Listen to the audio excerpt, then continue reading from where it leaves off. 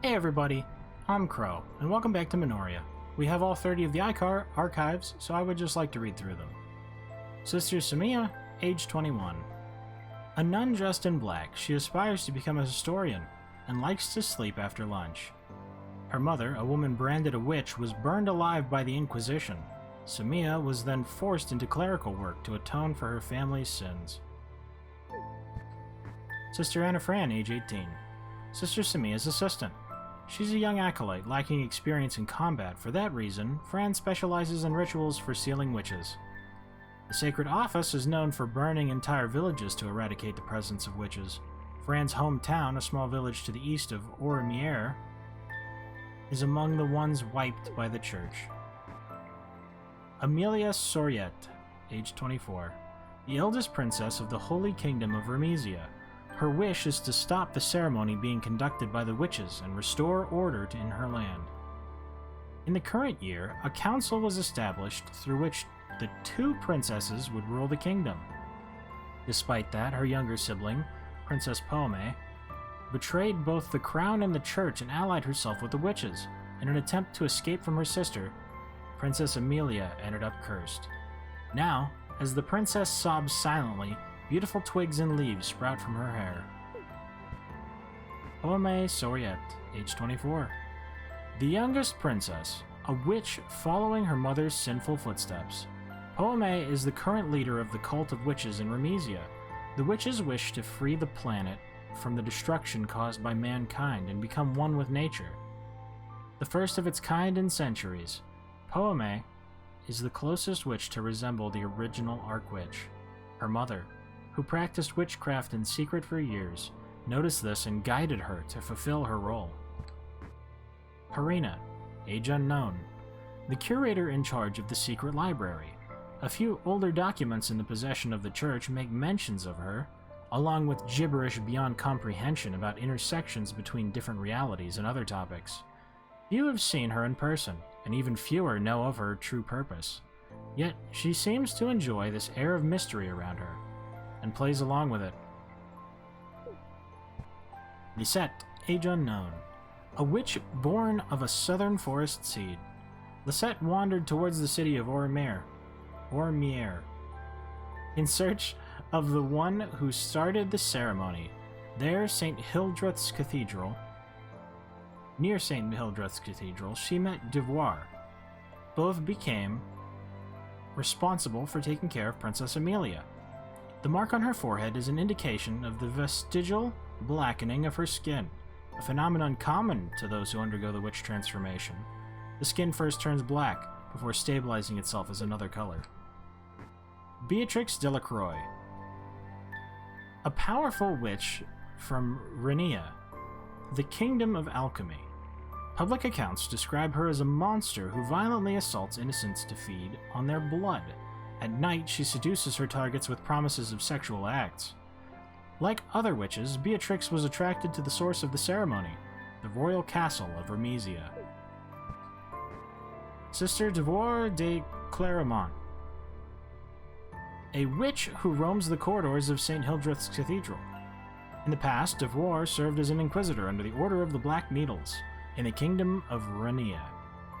Eventually, her interest shifted to nursing to aid Clarice, her frail younger sister. In a desperate attempt to save Clarice's life, Devoir made use of medicine forbidden by the church.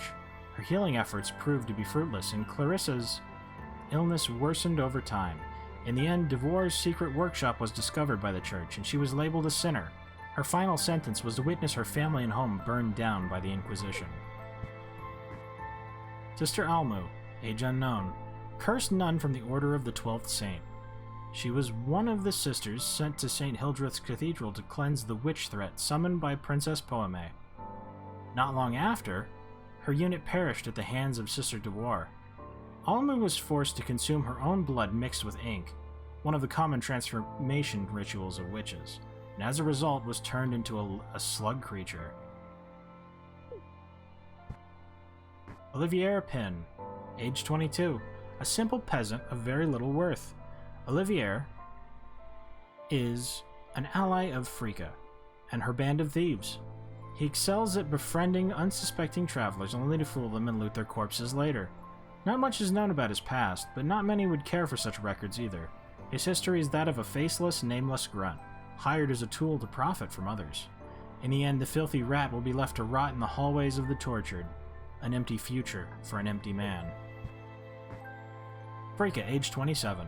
An untrustworthy woman in charge of a small band of rogues. Infamous for her mischievous behavior, Frika is a wanted criminal with a price on her head, guilty of harlotry, thievery, arson, and heresy.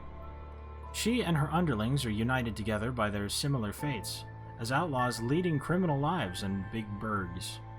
Even among her subordinates, few know of her past. When an incident brought great misery to her home at this small settlement, the village's water supplied by the sacred office had been poisoned as a warning to the resident witches. Many innocents perished, children included. Frika was among the survivors, left without a family and without a home. Camphor, age 15. A kobold, found at the underground cell, victim of the slave trade conducted by a group of thieves. Alongside other kobolds, her goal is to see her family free from the hunts conducted by humans. The kobolds, due to their appearance, are frequently treated with prejudice, mocked, or abused. They mostly live secluded, though some face the risks by going to human cities in search of a better life. Remesia is a northern kingdom bordering the kingdom of Renia. The two kingdoms were founded as sites of faith and are home to church organizations. As such, they've been at war with the witches since the first witch ceremony, when witchcraft was labeled a sin. Ormier. Ormier is the capital city, or the capital of the Holy Kingdom of Remesia. The city is named after the nation's symbol, a white snake able to cure any disease. Over 500 years old, it was originally built as a settlement to shelter the soldiers who fought the witches of old. As of the current year, the city has become the central battlefield of the Fourth Witch War. Many of its inhabitants, including the royalty and the military, have either fled or barricaded themselves in their homes, awaiting for miracles from the sacred office. Olivide. Olivide, the City of Rain, is the sanctuary city where the White Chapel is located. The city lives up to its nickname and houses mostly pilgrims and travelers from regions plagued by drought.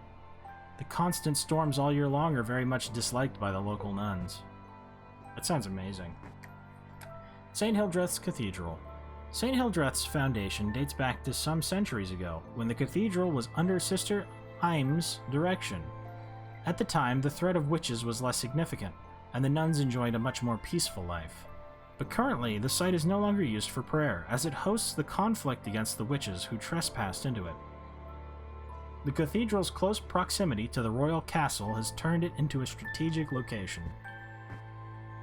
Ceremonial Forest, an ancient forest summoned by Princess Poeme's ceremony.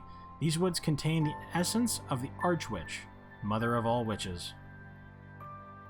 For centuries, it has been the sacred office's goal to burn down this sacred grove, but the forest always returned stronger than before, with its trees hardened by past fires, at the hands of a new breed of witches. Snakeroot Garden.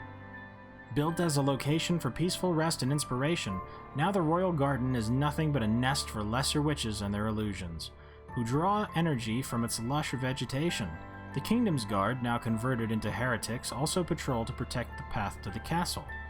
The garden's name is taken from a particular herb, which the Queen was fond of, growing on her private garden while watching over her infants. Her secret interest in heresy is the key to opening up a hidden passage that leads into the castle. Mercy Cellar. Underground chambers where the Sacred Office's Inquisition tortures witches and heretics. As of the Fourth Witch War, these chambers have been left mostly deserted. The usual sisters who take care of it have been sent to the front lines to combat the increasing threat of the witches. Left abandoned, the Mercy Cellar has been taken over by a band of thieves. The Royal Castle of Remesia. Former home of the royalty and current lair of Princess Poeme, the witch greatly affected by the ceremony. The interior of the castle has been taken over by vegetation and flowers. Sacred Office 1. The formal organization of the church. Its main building, the White Chapel, is located at the city of Olivide. The Sacred Office is a powerful entity, highly respected and feared by society. It is led by His Eminent Grace, the authority who directly communicates with the gods. Apart from him, the organization is commanded by several orders of nuns. Among them is the Order of the 12th Saint, which stands out as the largest and most influential one. These orders dictate the laws of the gods to the common folk and promise great rewards in life for those who follow and obey. At the same time, citizens who defy the Church's sayings are met with persecution and judged as heretics. These trials, ran by the Church's inquisitorial branch, are oppressive acts that decide the fate of the individuals under investigation. Most of the time, the defendant is found guilty and sentenced to be burned alive. Sacred Office 2. Those who are raised within the Order of the Sacred Office are put through strict devotion. The Order of the 12th Saint, in particular, takes this philosophy to extreme limits, and most of its members have been taught to be merciless and not fear death since their infancy. The Order of the 12th Saint has its foundation based on the holy figures within the Church, whose images are displayed throughout the White Chapel in rich statues and murals. Their importance is so vast that many newborns are named after the saints. The nuns of this order are taught to pray, but to equally commit themselves to the fight against witches. Sacred Office 3. At the top of the hierarchy within the Sacred Office is His Eminent Grace. His unknown image is the subject of intense discussion among the city folk and other faithful devots. People worship him and the saints in hopes of being blessed with salvation and peace. The Saints. The saints of the Sacred Office are the devout who have transcended their humanity. They live in direct contact with the gods and with His Eminent Grace. As such, the Church has made icons out of them to inspire the people of Remesia. But in reality, the saints live a life of hypocrisy, bathing in riches and engaging in secret orgies. The Inquisition. The Inquisition is one special unit of nuns of the Sacred Office. Their mission is to pursue, interrogate, torture, and execute those who oppose the Sacred Office. Given the nature of the work, the Sacred Office often chooses girls from poor families, or families exhibiting signs of witchcraft, to join the Inquisition. Once chosen, they are promised a chance to atone for their sins through the executions of acts of faith. Some inquisitors wear a black dress to inspire fear in their enemies. Those are also given a crown and a cross, instruments used to channel fragments of the saint's energy. Natural deities. These deities, unlike the gods of the Sacred Office's canon law, are beings beyond human senses, whose true form belongs to different planes of reality. A temporary, physical manifestation of them has been brought into the world through Krowmageddon's ceremony. Witches 1. The denomination witch, and all the stigma associated with it, was an invention of the Sacred Office to demonize those considered heretics. The origin of witchcraft as a sin can be traced to a few centuries back, when the first ceremonies were conducted by the one called the Archwitch. At the time, her purposes were unknown, and for that very reason she was considered a threat to the Church's authority. Witches 2. The persecution of witches was officialized through an edict prohibiting any association or use of the Archwitch's sorcery or artifacts. Those standing against the Sacred Office's self-proclaimed benevolent divine faith were also targeted. Furthermore, the Sacred Office worked extensively to fabricate stories about the witches, hoping to create a social imagery of disgust for them. Naturally, this situation only stirred curiosity in the common man, leading to an increase in interest in heresy. In truth, the Archwitch, and by association her followers, share a common goal of living freely in harmony with nature, and safekeeping it. Witches 3. Eventually, a research led by Archimedes, the alchemist, was funded by the Sacred Office. He abandoned his interest in airships to uncover the secrets behind witchcraft. The studies and experimentations were to be kept in an absolute secrecy, as they involved dubious methods applied on living humans.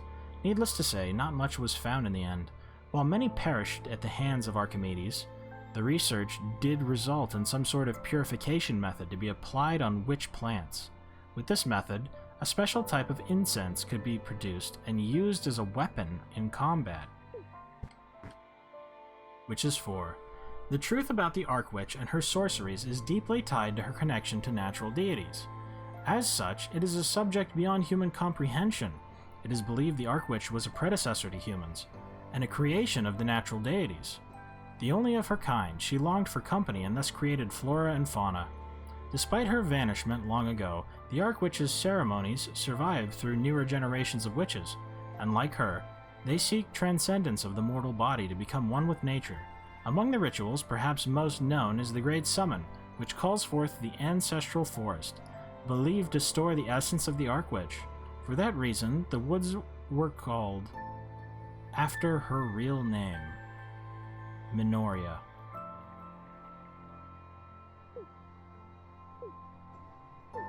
And that was all 30 of the archives, which is why I believe that our heretic route was actually the good ending.